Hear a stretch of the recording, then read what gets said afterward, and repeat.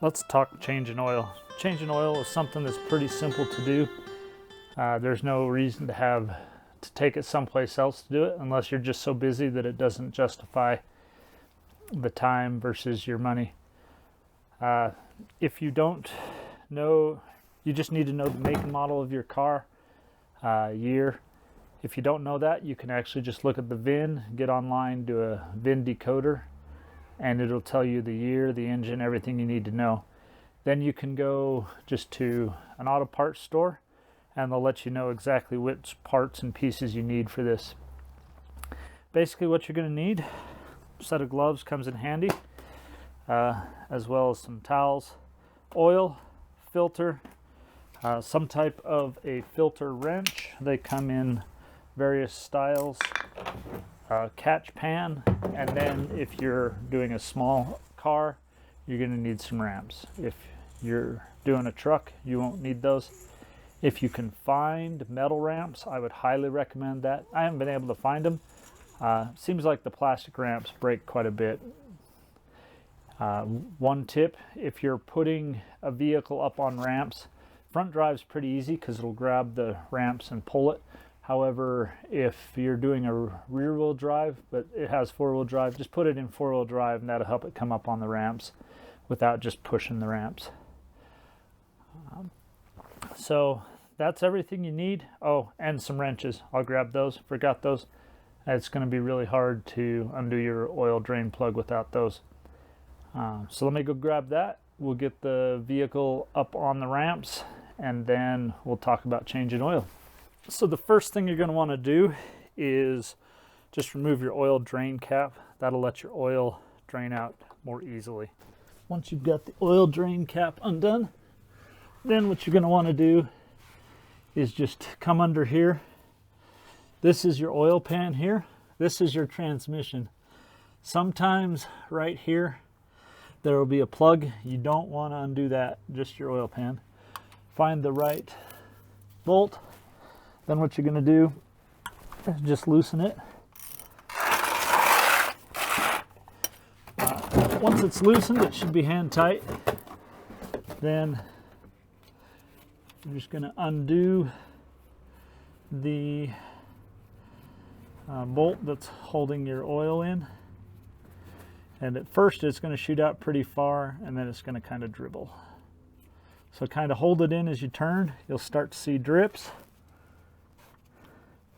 Once you see drips, you know you're close. Then, now you want to make sure that you put this someplace where you can find it. I usually put mine right up on the ramps.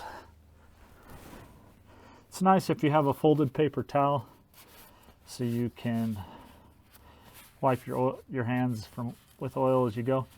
I did warm this up. That helps the oil come out a lot easier. I highly recommend it. You'll start to see it, I guess, droop, which means you're getting close to the end. You may have to move your oil pan as that happens.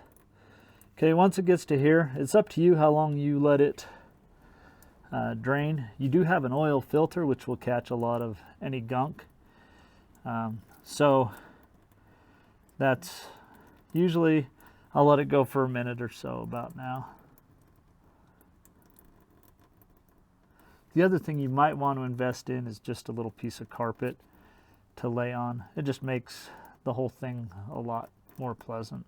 Some people will let it stop completely. I'm kind of not that way. So then what we're going to do is just come back in, insert the plug. Now when you're tightening these, you want to get it tight, but you don't want to over tighten it. If you over tighten it, especially if you have an aluminum pan and a steel bolt, you'll actually ruin that, and then then you have to get a new oil pan. You don't want to do that. So then just reverse the direction on your wrench. Get it snug, and then I like to do just like an 1/8 to 1/4 turn. You don't need a lot. Okay. Now once you've got that done, the next thing to do is the oil filter. So the oil filter on mine, part of the reason I chose to do this car is because this is really handy. It's right here. This is an oil filter wrench, and I always get the direction wrong. But what you want is so that when you turn it, it's getting tighter. So I want to loosen it. So you'll put it on there, and then you'll just start to loosen it. This is actually tighter than I would have expected. So, and problem with these wrenches is you don't get a lot of, and feel it start to loosen. When you put this on there, you don't want to put it on super tight. As you turn it, you'll feel it start to break and get easier to turn. Okay, once it spins freely, then you definitely want to make sure that you have the pan under there. This is usually where I get oil on me. And you can turn it, and then in my pan there's a spot to put the oil filter upside down.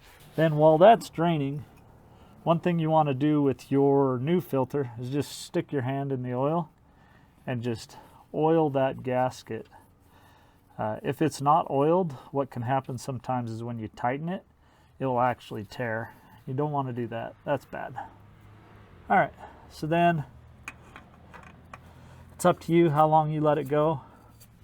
Then what I do is I just turn it as tight as I can by hand, which is probably tight enough. I'll just do like a quarter turn, just enough to keep it snug. Now while I'm under here, the other thing I'll do is look at my CV boots. We got some over here too. Make sure they're not cracked. If I have a drive line, I'll actually twist it, make sure that it's not loose, and then just look at hoses, belts, everything you can while you're under here. Like I can see I've been driving through some grass here.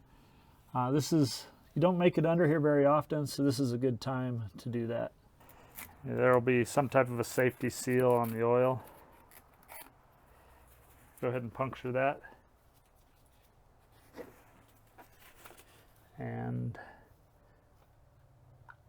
so the other thing the auto parts store can tell you is how much oil your car will take. 5 quarts is pretty standard. If you have a bigger truck, it might take 6 or 8. So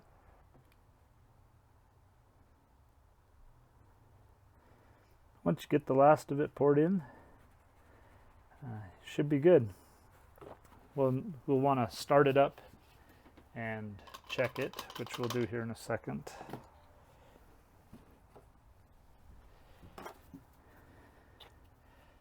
Make sure you put the cap on. I may have forgot one time and it made a big mess.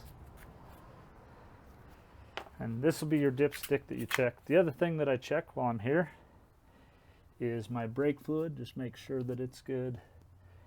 Your coolant, which is going to be right over here. Make sure. So I'm actually a little low, so it's a good thing I checked. I'm below the min and it's heated, so I'll definitely need to add to that. And then also I always just fill up my washer fluid while I'm here. And I always use the winter blend because you don't want the summer blend to freeze in the winter. And that's pretty much all there is to changing your oil. So we'll go start the engine and then check,